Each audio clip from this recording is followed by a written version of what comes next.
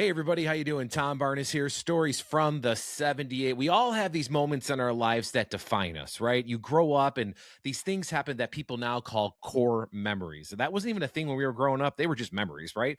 But you all have these moments where you remember something so vividly and it impacts your life far beyond what you completely can think of at that time. Growing up, movies like E.T., or Real Genius, where at the end of the scene with the popcorn and everybody wants to rule the world by Tears for Fear plays.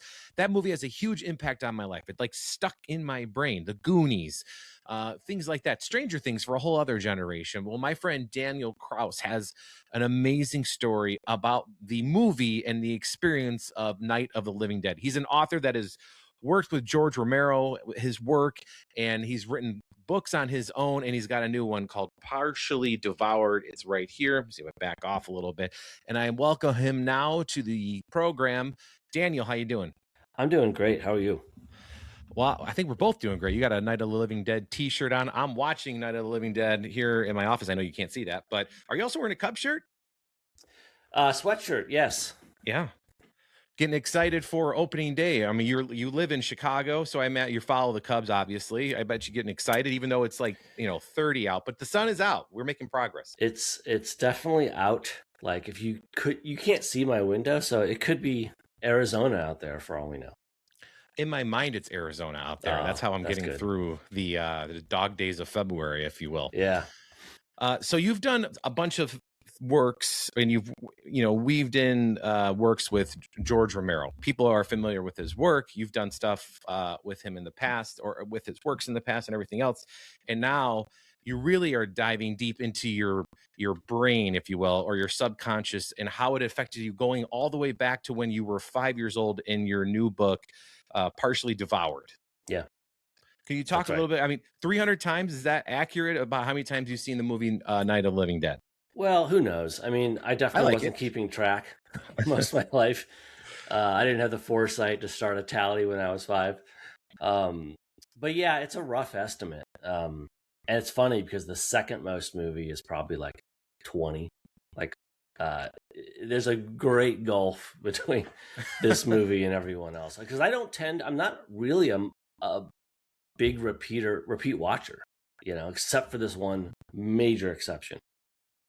And you did this in a way that I really haven't seen done in books before. I mean, you're talking about some trauma interweaved with how this movie not necessarily played a part, but like was there with you, memoir, a film recollection of, because you talk in depth of somebody who's seen the movie, who knows the movie, who studied the movie.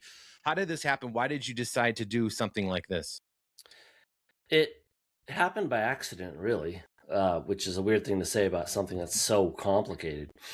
But it started because I knew I had a month of doing press for Whalefall a couple of years ago. And I had these weird spots of time during the day, a couple hours here, an hour there, where I was waiting for the next interview or whatever. And so I just started writing. I'd always meant to write something definitive about Night of the Living Dead in my life, but I imagined it would be like an essay, something for my newsletter or whatever, like a personal essay. But I quickly found out that I had written, I pulled it up on YouTube and watched, the first 10 seconds and wrote about it. And pretty quickly I was like, wow, I've watched 5 minutes of this film and written 30 pages. Like, wow, I have a lot to say about this. And then it became almost a challenge to myself. Like, how far can I go with this? Like, at what point will I run out of things to say? And the answer was never. Like, because they had to pry this book out of my hands to go to print, because I was still adding things to the last second. Was it cathartic to do this? That's interesting. I hadn't thought of it as cathartic.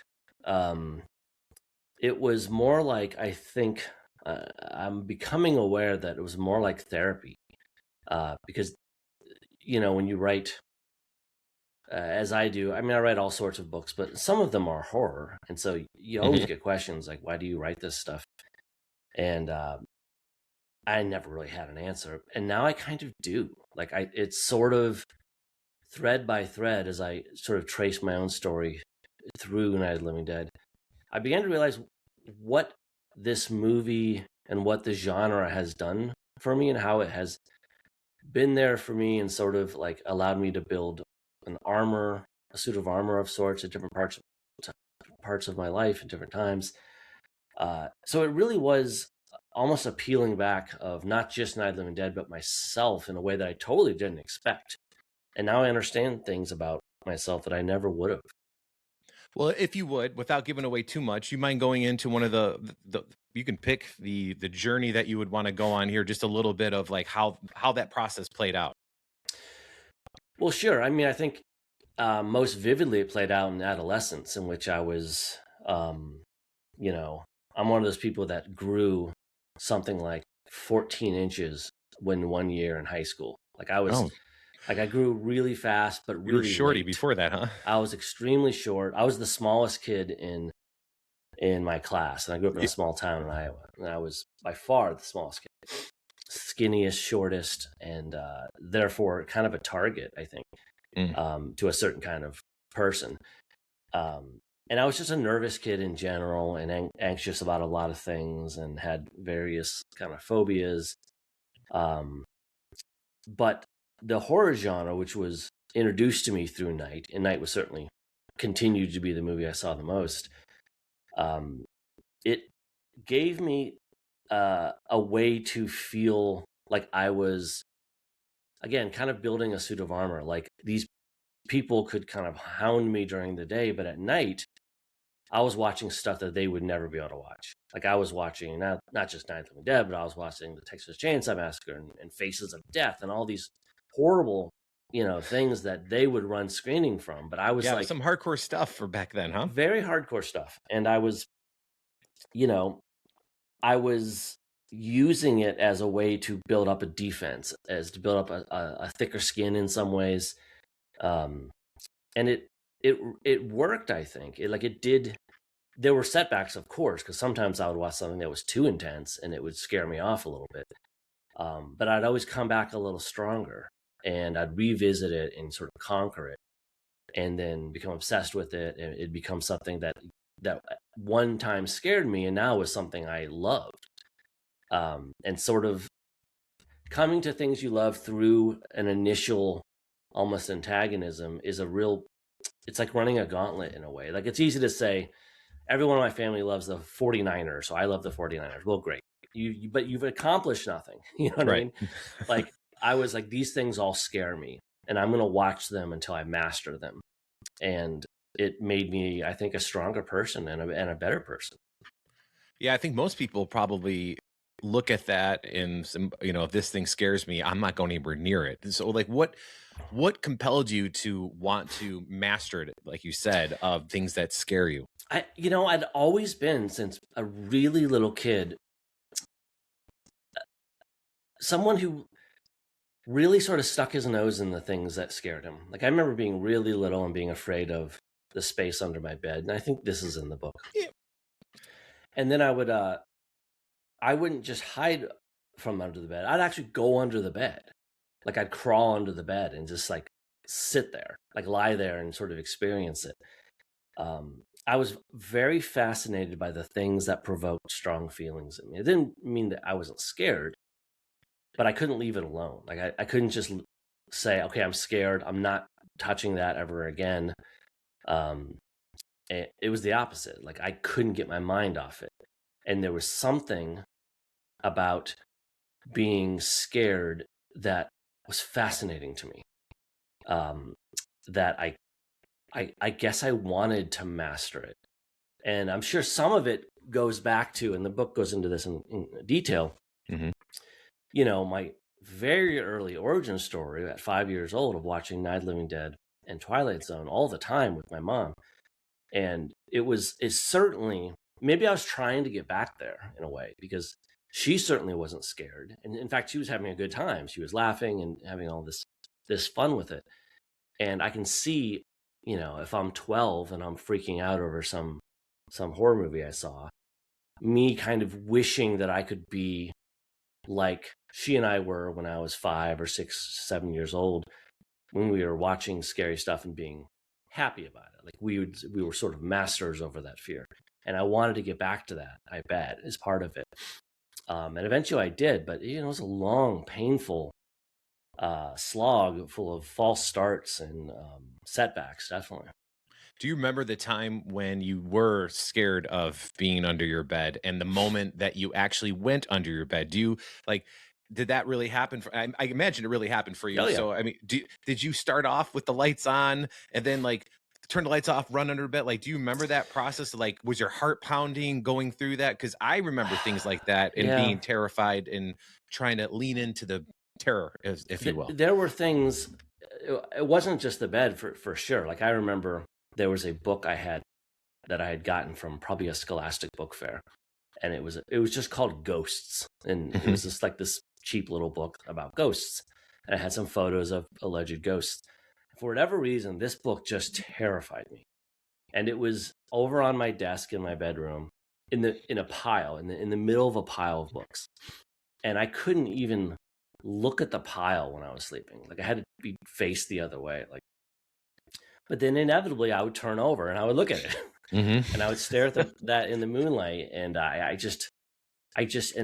also, I remember, being very young, and the first sort of musical artist that penetrated my brain was Michael Jackson. And I had some like magazine clippings taped to my door, and they had some Thriller zombies. Well, that will scare the hell out of anybody, especially that for that time. That music video was intense. Yeah. And it was like a mini movie.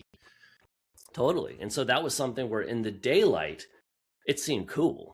And then at night, it would be like, why are those things on my wall? Like, I'm never going to be able to sleep. But I would just, I don't know, I couldn't keep away from it. I would study it. And to an extent, I'm still like that a little bit. Like,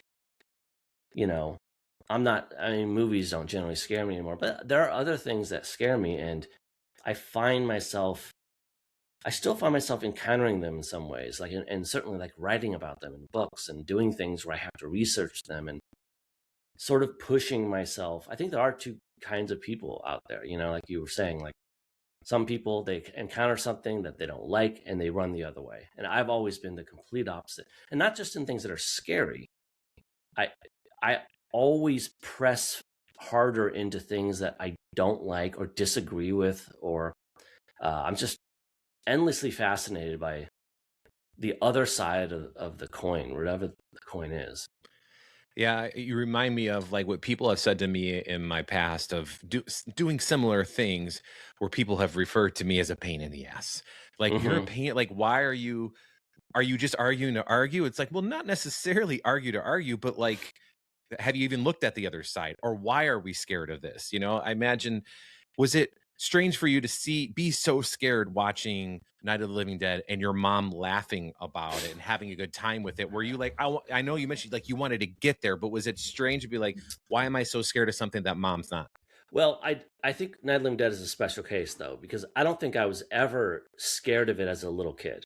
Like, especially in the TV era, we were probably not watching it from the beginning. Things just popped on TV, right? So you're probably like the Sunday watching night movie special exactly. or something. We're just watching. We're picking Channel up 2. at minute 24 on Channel 2, and not watching the whole thing. And so I don't remember ever being scared as a little kid watching it, because my mom was having such a good time and making fun of Barbara and all these things. It wasn't really until I got older that the movie really disturbed me. Like, I think it was more around adolescent age when I probably started watching it straight through, and particularly the ending, and then like trying to reckon with like, I'd probably never seen a movie before or read a story or anything where the hero is just offhandedly killed. Like that's just, even today it never happens. No. And when it does happen, it's usually the hero will be killed in some like dramatic, satisfying way, not just as like an offhand accident at the end of the story. So that was a big deal. And that, again, I don't know that I was scared of it, but it was disturbing and unsettling for sure. What you just talked about reminded me of like the reaction a lot of people had when Stranger Things ended, and the way that, if you're familiar, the Eleven's character, whether or not she actually died or not, as the hero of the story or not, and they went a different way versus just come out and just say what it is. But either way, it is a touchstone for people when they have these endings, whether or not they agree with them or not agree with them, but the impact. And it kind of goes back to what you were talking, or what you title the full cover, or the full title of the book, where how it saved your life and changed the world. Like what about this in your eyes did it change the world? Well, it certainly is one of the earlier um, examples of a non-Hollywood film achieving great success. And that has ramifications, I think, all over art and life. Like this idea that anyone can kind of make an impact, or anyone can make a difference. I think, they say, and I believe them, that Night of the Living Dead is the movie equivalent to the Beatles yesterday, and that it's always playing at some point somewhere in the world. Like it's never not playing. Right now it's playing at your house. Yeah, no, I love that though. Yeah. And so it's like this heartbeat, this sort of sustaining thing that we have this, and it's increasingly rare today because everything's so separated into sub genres. But it remains one of those things, along with the Beatles and other major works, that is a shared cultural phenomena that we is part of our like DNA, our cultural DNA now. And I do think it had an impact. It had an impact on art. It had an impact on who thought they could make art. It had, by casting Dwayne Jones, it had a major impact to young Black audiences who would grow up to be future artists, and just people who wanted to see people who looked like them in movies and TV. It had surprisingly long fingers for something that was made for a shoestring by a bunch of yahoos in the middle of the country. Yeah, he was a kid when he made it, like 20 something years old, right? Romero? Yeah. Yeah, he was in his like late 20s. Yeah. That's insane. And for it to have that legacy that it has now, and way ahead of its time in terms of its casting. I mean, I don't even know if they were fully understanding what that has meant for generations now. No. Um, but when you look back, at certain points of the book when you were writing it, and then your memories looking back, you mentioned earlier about, the magazines on the nightstand and looking at it and being terrified of it, but wanting to look at it anyway. Were there earmarks where you're like, oh, that's probably why I'm such the writer that I am today? Yeah, of course. Like it, and some of that I was, somewhat aware of. But this book really like threaded all those beads and sort of pulled them into formation, where I could kind of track how Night of the Living Dead was sort of the alpha and omega. Like it was kind of the beginning of everything and sort of the end of everything, or at least as far as I've gotten. But along the way, there was lots of other things, artworks that made impacts. None as much as Night of the Living Dead, but certainly other important things along the way. But yeah, I look at a lot of my output now, and it's remarkable how much I can, even before I was, working with finishing up Romero's 2 unfinished novels, even before that, I could, if I really looked hard, I could trace a lot of the kinds of things I was writing about. And certainly my sensibilities, and just sort of my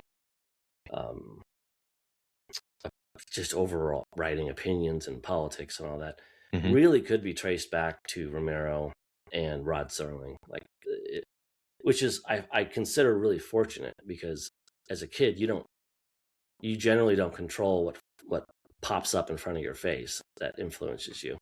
So it could have been a lot worse. I mean, I could have been inspired by anything. Sure. But I Yeah. happen to be lucky enough to be inspired by these two incredibly progressive, deep thinkers, who were always using genre stuff in as a partially almost as red herrings for what they were really talking about in their stories. Yeah, I feel like that is a little lost sometimes, or it's completely overdone where it's like so on the nose that you're like, all right, I got it. Like with movies today, like it's rare where you watch a movie and you're like, people will walk out of the theater and they want to talk about it. Or, I mean, hopefully they're walking out of the theater. And it doesn't really happen as much anymore as it did, but they still release them in the theaters. But when people have that thought provoking conversation after a movie where it's trying to like tell you something but not, I miss those. Those are far and few between when those types of movies really make an impact on people. Yeah, I agree.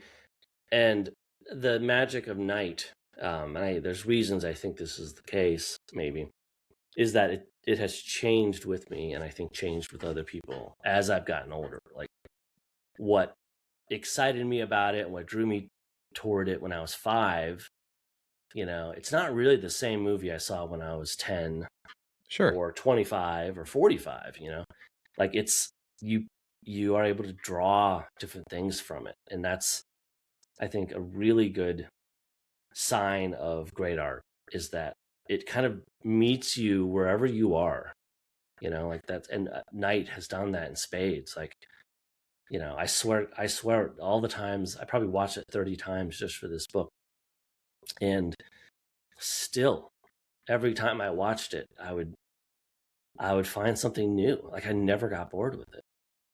Yeah, that doesn't happen too often for anybody anymore. Doesn't. You know what I mean? And I would keep rewatching it for the dumbest of reasons. Like, I'd be like, oh yeah, I have this sentence in the book where I talk about cigarettes, and I was like, I wonder how many cigarettes are smoked in Night of the Living Dead.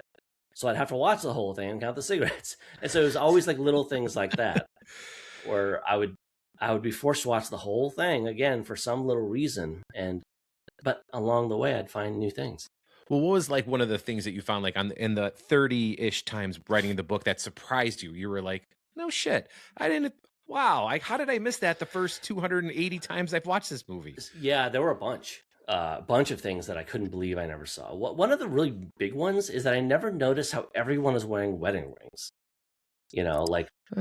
Which suggests that Ben is married, Barbara's married, Johnny is married, which is really interesting for a movie shot in 1967. All these major characters are married. No one ever mentions a spouse. Never. So how weird is that? Like, especially I always think about Barbara, who seems like the kind of woman who would be very dependent upon her husband. Yes. And the kind of woman who would probably talk about her husband constantly. And she doesn't mention him once. And so in the book, I kind of like explore what that might mean for each of these characters. Like, what if Barbara isn't talking, never mentions her husband? What is that relationship like? How is that possible? And the same thing with Ben. Like, he never mentions any wife either, but he might not for various very different reasons. And there's a dozen other examples. Is there a question that you would love to ask George, if you could, about the movie that you found since doing all of this? I think I would really try to pin him down, and not in a mean way. I love the guy. I would really want to interview him exhaustively about Dwayne Jones, because I think there was a falling out there, and you have to really read between the lines to see it. But, and this is all in the book in more detail, but in some very, very obscure newspaper, I found evidence that Dwayne was really disappointed that George never reached out to him again, which is notable because George often recast people in additional movies. And Dwayne Jones was maybe the best actor he ever worked with. So why didn't he ever call upon him again? And there was a trace of bitterness there, I think, from Dwayne. And I don't think there was any dramatic falling out, because neither of the men were very confrontational. They wouldn't have done that. But I think there were hurt feelings somewhere.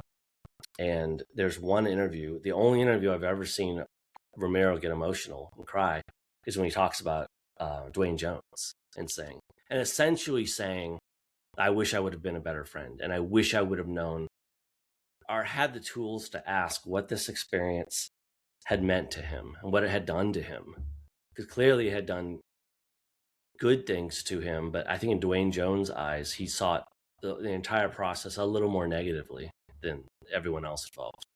That's kind of heartbreaking, you It know. is a little bit, yeah. I mean, especially, I mean, movies or a movie that put them both on the map, you know, in the way that it did, to have that looking back experience. That's yeah, that's heartbreaking. I That think if you had asked either of them when they were alive if they were friends, they would have said yes. But I don't think either of them addressed sort of this, whatever it was between them, that someone felt slighted, or it felt awkward between them in some ways. I don't think I don't know that it had to do with this, but I think Dwayne was the only one who really understood what it meant for him to be cast in the movie. Mhm. Um, major credit goes to George and everyone with Image 10 that they did cast Dwayne, but I don't think they understood what the ramifications were like Dwayne did. And Dwayne was really the only one who was in the movie who ran away from it, like who made a conscious choice to not be identified with that movie and to basically hide it. That is fascinating. I mean, the times back then were much different where, you know, George perhaps was just, "Well, I'm casting the best actor I know for it, you know, not Yeah. even seeing color, right? But for Dwayne, it was completely different, obviously. I mean, especially in 1968, with the world looking on the United States and the civil rights movement, Yeah. how poignant that Jesse Jackson's lying in state event Hmm. is tomorrow, his funeral's next week, with that all in a roundabout way coming full circle with just the civil rights movement and that movie. That's incredible. That's a great story. Thank you for sharing that, because that's powerful stuff, and really sad at the same time, because I imagine both, like you said, said they were friends, but probably had so much to say to each other before it was too late not to be able to I say. think that's it. I think they probably had a deep inside them a love for each other, but they never could really find space in their life to address it. Um, and to say if there were any sorries, and I don't think there was anything major to apologize for or anything like that, but I think they had always left some things unsaid, and that probably preyed upon them their whole life.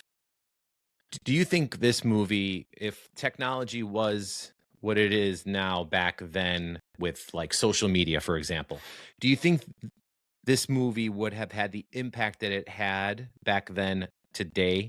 You know what I mean? Like if we can take social media and bring it to the 60s, right? Hmm. Yeah. Would it have had that thing, or was this just, it had to be right place, right time, right era, you know, the world with the unrest going on in the world. I mean, No, not that there's not a lot going on now, but you know what I mean? I don't think it would. I don't think it would have been the same. No, I think it's. I think if it had come out during the age of social media, we would all. It would still be considered a great movie. Like people would. It would get good reviews. People would like it. Um, but if that were the situation in the '60s, that also would have meant everything else would have gotten that same level of chatter. I think what made Night so unique was not only was it a good movie, not only was it breaking barriers, not just sort of in the color of skin of his main character, but it just like the taboos that it broke in the storytelling. But it was doing all that um, at a time when, uh, because of the copyright they didn't secure, um, it became this a rare object in the sense that everyone thought they had access to it. Mm. They could play it wherever they wanted. They could make reboots. They could make remixes. They could make unofficial um, remakes. They could do whatever they want with it. They could put out T-shirts, hats, products, and never have to pay anyone from Image 10 a dime. It became just part of this. Because of all that, it became part of our culture in a way that um, very few things could have. Like there's only a few objects like that existed that, you know, when I was a kid watching on TV, it wasn't like it was one of 50 movies that were always on. It was one of like one movie that was always Right. on. Like it had this misfortune of the sort of bungled copyright was not the only element that brought it to fame, but it was one of the elements that just made it pervasive and made everyone feel, because of the lack of legal protection, everyone feel like they kind of owned it. And the bad side of that were all these bad actors who put out like bootleg versions of their. It's been released on home media more than any other movie in human history by far. There's hundreds and hundreds of releases of it. All of them, almost all of them, 99% of them, illicit. But the upside of that is it wasn't only the bad actors who felt like they owned it. It was everyone who felt like they owned it. Like I felt like I owned part of it. Like we all felt like this was something we grew up on. Like Night of the Living Dead to a lot of people feels like It's a Wonderful Life or something. I was just about to say, like, that's basically how Yeah. It's a Wonderful Life became famous. It was a throwaway movie that Yeah. they had no copyrights. They were like, whatever. And it just played and played. Yeah, there's certain movies, and they're often things like Wonderful Life, or these days, almost A Christmas Story has become like that, Yeah. where it's just like, it's just part of your life. And the story of Night of the Living Dead is balances on this double-edged sword of the filmmakers kind of getting screwed, but the rest of the world being given this strange gift. And I think it worked out for George in the end, right? Like, I would say it worked out for George generally, but it didn't work out for the rest of Image 10. Like, right. He's the only one who really got a career out of it. And he too got screwed from lots and lots of money. Sure, that's very true. But I think a lot of what Partially Devoured goes into is just how, and George is included in this too, it was a traumatic event for the filmmakers and the actors. Like for it to be kind of taken from them and become what like it did. No one walked away from Night undamaged. And some people, it was the damage, if they were lucky, the damage was limited to just the bitterness over not getting paid for making one of the most profitable movies of all time. But for others, the damage was far more serious. And it was serious, like psychological damage. And it definitely ripped apart friends who thought they would be best friends for their entire life. It ruined relationships. It was a magnificent disaster. Like it created something incredible, but at a great cost too.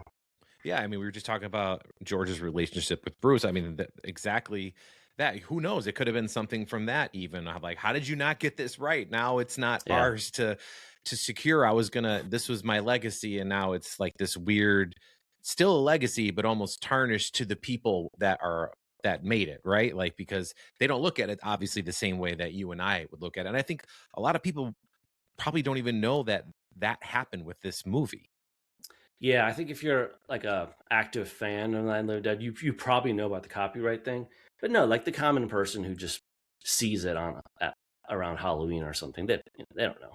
They just see a great movie. But it's like with any work of art, like the people who create the art can never ever enjoy it like the people who partake of it. Like they always know the cost of that art. Like, and I've written 30 books, and I could pick any of them, and I could say, you could say, oh, that's my favorite book, and I could think to myself, yeah, maybe I'm proud of that book, but I can tell you what it cost.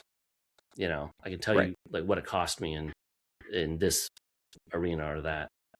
Well, and I mean, I imagine anything anybody creates, it's a piece of you in general that you're creating from your soul, putting it out there. And that is the first cost of it. And then you go into all these other things that are the business, if you will, but mentally, physically, in some cases, for some people, it's interesting. You don't hear too many creatives explain it that way. No, and I don't think I ever have really either until right now thought of it like that. Like, the idea that when you put out a piece of art, there's a great feeling of like you've expressed something and you're sharing it with them, but you're also breaking off a piece of yourself in a way, and you're losing you're losing that piece, and you're giving it to everyone else. Mm-hmm. And they're going to, and this is the kind of comes into the discussion of art versus artist. You don't get to choose what you're known for. And there's a thread in the book that talks about this, where Dwayne Jones, for example, did not want to be known for Night of the Living Dead. He wanted it to be for all these other amazing things he did, but he doesn't get to choose. Right. So if I write, a great book and it means all these things to people, some of which I never intended, that's too bad for me. That's the deal with art. And I'm going to break off a little part of myself and watch it become this other thing that has maybe nothing to do with what I had set out to do. Yeah, and I've seen it, and I don't know these people personally, but you've seen it with music, with movies, and actors.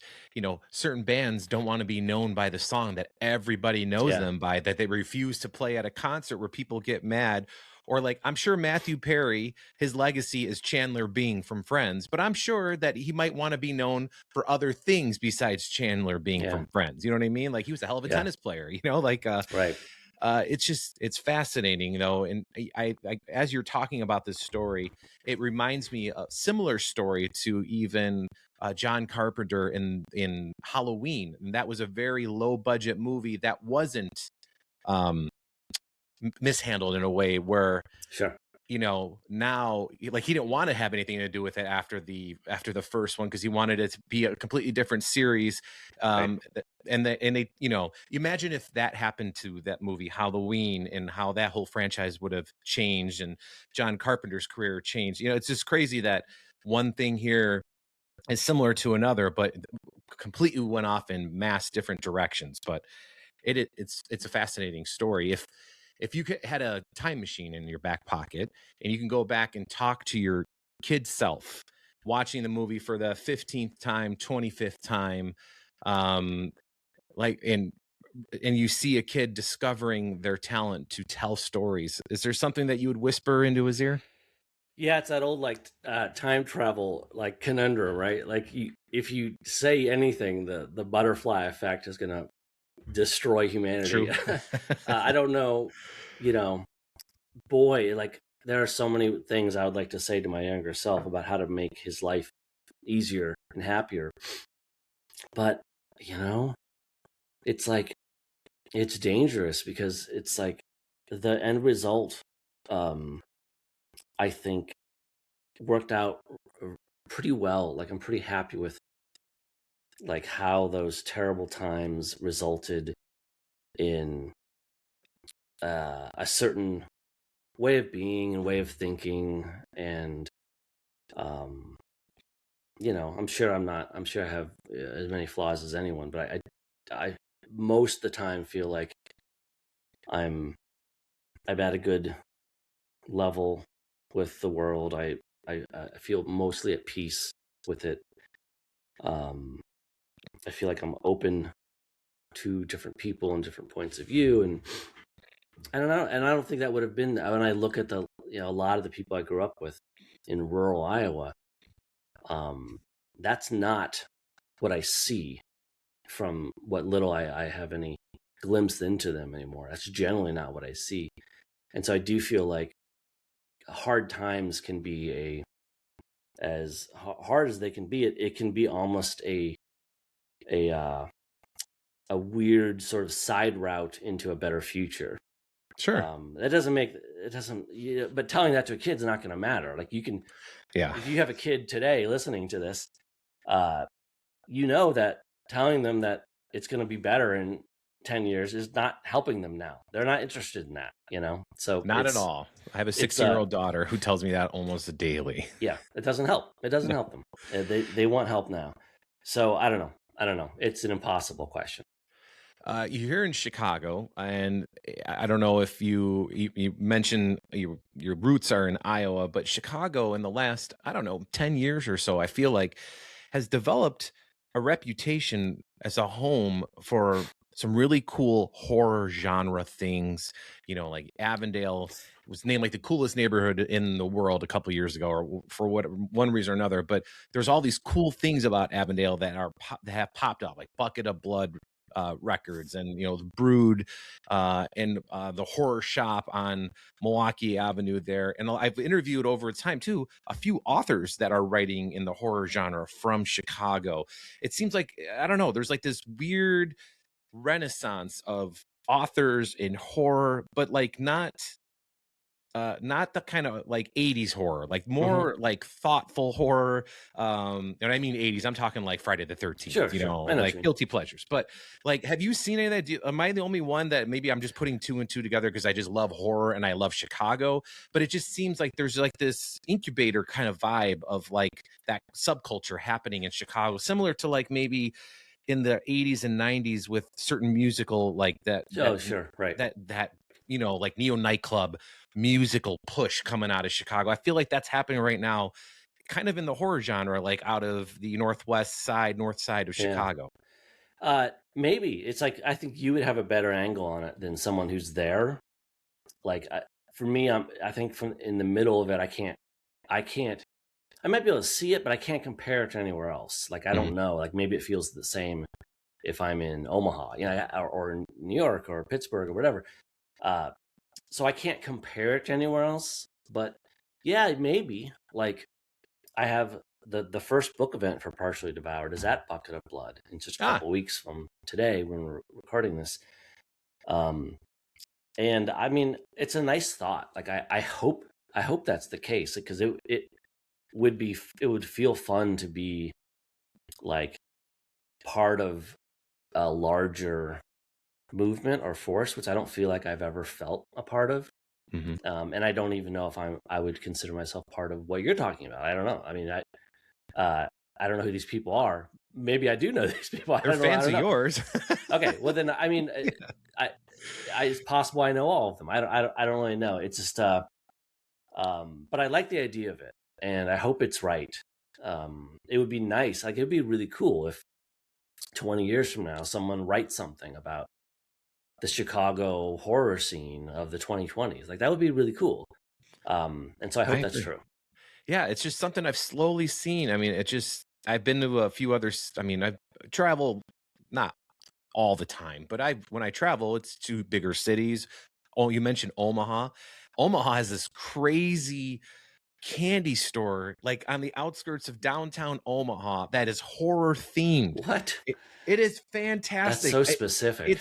It's so bizarre, and there's movie props in there. There's candy from our childhood Oh, that you weird. can't get anywhere else. It's there, candy from like Europe and Japan and everything else. And then you walk into a room and it's like, or and then there's like some random like movie stuff like the Griswolds or something, and then there's like Friday the 13th, all 9 movies here, and it's bizarre. But outside of like that, far and few between places Hmm. have any of that stuff. Of course, New York has something and LA has something, but Chicago, it's like the neighborhood of Avondale, there are Right. places everywhere, which you just don't see. It's like one place in a whole city versus Right. It's like many places. the block or the area where Dark Delicacies used to be in LA was like the horror area. There was multiple horror themed stores around there.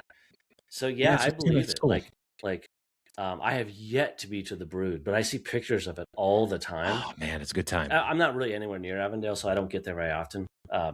But yeah, it's super cool. I mean, I really hope that's true, because I think it would be neat. Well, before you go to your event at Bucket of Blood, the Brood is just down the street, and it's connected to another record store.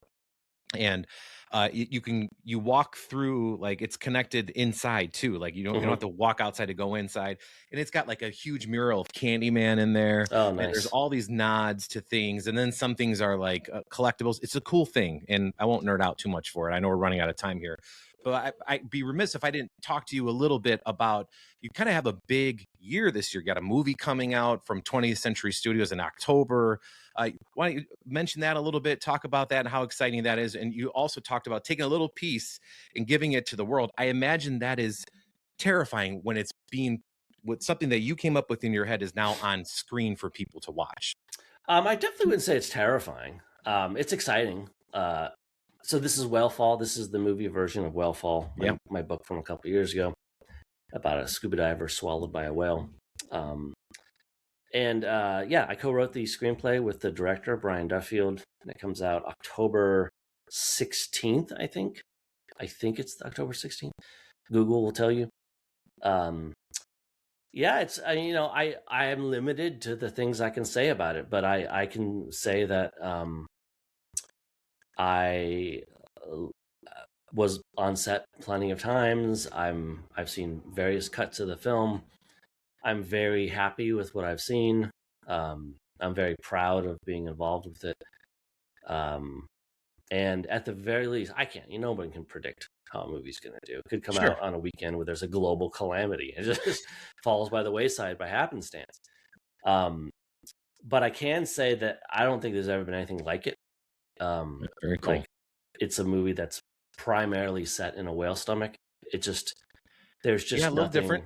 Nothing else quite like it. The sets, the stomach sets are just truly things of strange beauty. I